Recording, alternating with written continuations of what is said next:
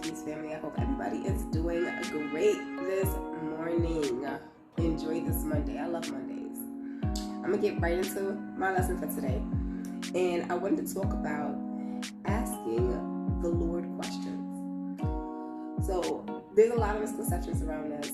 A lot of old school feel to it. Used to make it seem like you can't question the Lord. You shouldn't question adults. And in all actualities, that is the opposite of what needs to happen and what should happen. When you don't question the Lord, you naturally still seek the answer to the question you're looking for, right? Which means now you're seeking for those answers outside of your connection with the Father. That is not how the Lord wants it. So questioning the Lord is very important because it shows not only that you look to Him for your answers, but that it is a necessity in your life, that you are not being led by yourself, that you are being led by Him, and that you need Him to fill you in order for you to make moves. So the misconception about not questioning the Lord, it's not true. It's so false. You need to question the Lord. Now, as far as asking the Lord how things are going to happen, you may not get an answer on that. And it's because our minds don't work like the Lord's mind. When it comes to figuring out the best plan of action, He's already got it for you. Now, if He tells you too much of the plan, you can mess it up. So the Lord purposely does not bestow everything that He has rolling out because He knows that our human minds will naturally attach to it and try to sway things in our favor. And whether you know it consciously or you don't know it, this is one of the ways that He makes sure to protect us from ourselves. So that is the first thing that I want to make sure that I put out there, that you need to be questioning the Lord, especially when it comes to things like your purpose, what you need to be doing, and how you need to be going about it. These are questions only the Lord can answer for you. Otherwise, life is not happening for you. You are happening for life. And that's not going to get you anywhere. So I'm going to go into the 3 key aspects as to what you want to look at when you're questioning the Lord, because that matters as well. Now, the first aspect I want to talk about is leaning not on your own understanding. Now, of course, we all know that scripture from the Bible, but it is very important when it comes to asking questions in regards to purpose and what you need to be doing. The Lord, you can ask the Lord, Father, what am I supposed to be doing? What is my purpose? And He will answer that question. He'll tell you exactly what your purpose is, whether your purpose is to be a pastor, a minister, evangelizing, whatever your purpose will be, He'll tell you. But if you don't dig deeper, you will accidentally identify your answer with the world's solution. Hurt me. If you do not ask properly, you will identify your answer with the world's solution. And that pretty much means, let's say the Lord tells you that your purpose is to be a pastor or minister, right? And you're like, I got this. And you hit the ground running to become a pastor, become a minister. But it is according to what the world has set the standard as to how a pastor or minister should move. You are not in full alignment with the Lord if that's not what He wanted for you. Very important to make sure that you get that schematic right, because your calling may be to speak to others in a specific kind of way, but it can be in a way that actually changes thought patterns. Without asking the Lord how He wants you to do this thing, you can accidentally start doing it in the way that you think He wants it done, when you could just easily ask for clarity. So making sure that you don't run with your answers in a way that makes you feel like you got this is going to help protect you from having to restart projects over and over again. You need the Lord's understanding, not your own, because what the Lord has envisioned for you may not be the vision that you can come up with in your mind.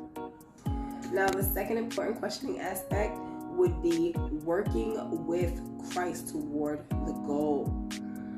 Like I said, when you start leaning on your own understanding, you start moving within your own strength, you'll accidentally walk into places and spaces thinking that you've already got it, instead of having the Lord lead you to where you need to be.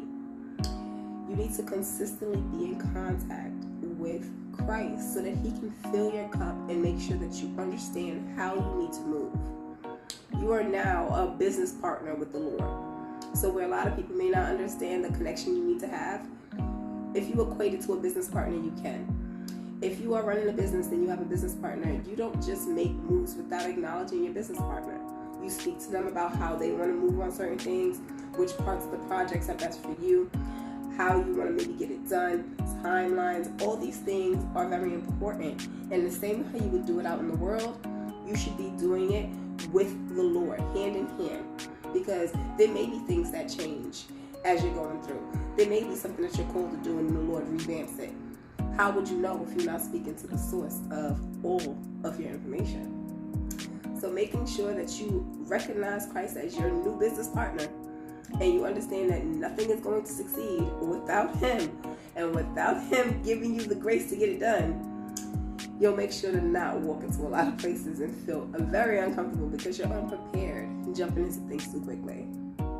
Now, the third, and for me the most important aspect of questioning the Lord on what you're going to do, your purpose, and how you need to move is clear and concise questions. Whew. This one is a doozy, and I'm going to tell you why. We tend to walk into speaking to the Lord with just asking, what do you want me to do? What is my purpose? That can be a very generalized question. You may think it's very simple as do this, and it's really not, because our purpose in life is usually broken up into pieces and into stages. There may be parts of your purpose that you can't get to if you are supposed to be a pastor. You can't get to that point because these other things need to be lined up. So making sure that you are as clear as possible with asking the Lord what he needs from you. I just got it down. So one of the things that I find does happen when you're not clear on your questioning is what I call being boomeranged. You will feel the need or even be called to, because the Lord will give you downloads and send you to places where you're called to perform certain aspects to get information. And then when the information is not met, you turn around and you have to go where? Back to the Lord.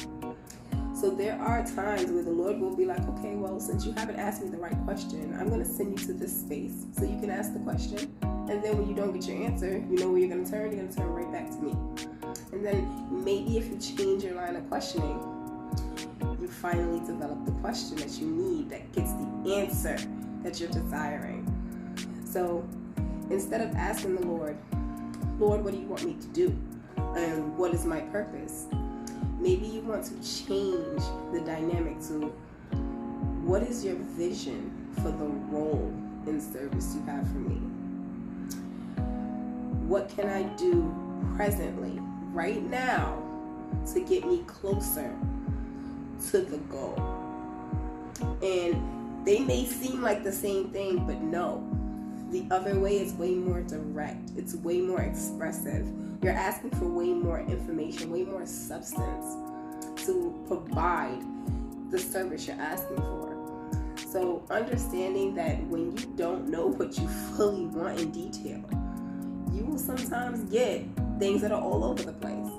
You can't expect the Lord to be clear with his answers if you are not clear with your questions. They go hand in hand. And sometimes your inability to be clear with your questions tells the Lord that you may not be ready for the answer fully yet. So these are all very important aspects when it comes to understanding where you need to go and how to get the information that you're looking for from the Lord. The Lord wants to give you the answers. It's not as if you're asking for questions and the Lord's like, I'm just gonna, there you go. No, he wants to serve it up for you. But we have to be ready and receptive to being able to get the answers so that we can be full and then we can put it to good use, because you may get the answers, and because you haven't built up enough resistance, enough resilience, enough understanding of who you are, you can't even provide the service to get to where you want to be. So he may have a lot of building within yourself that he has to work on with you. And I will tell you, this is something that's not only, I've known this for a very long time, but Even just as simple as last night, having to put in new lines of questioning. And it was because I was boomeranged. And I enjoy the boomerang because it reminds me that I am consistently a student. And that's something that we all need to take into account, that we are all students. You're always in a position of a student. Even when you become a teacher, you need to be in a student's mind state, because you have to be able to be filled before you can pour into another. I'm going to leave this right here. Tomorrow we're probably going to talk about the art of surrender, because that also goes hand in hand with the questioning, because just because you're asking questions don't mean you're ready. But we're going to go in a little deeper tomorrow, but for now, this is it. If you got any questions, go ahead and drop a comment. And have a very blessed day. Love and light.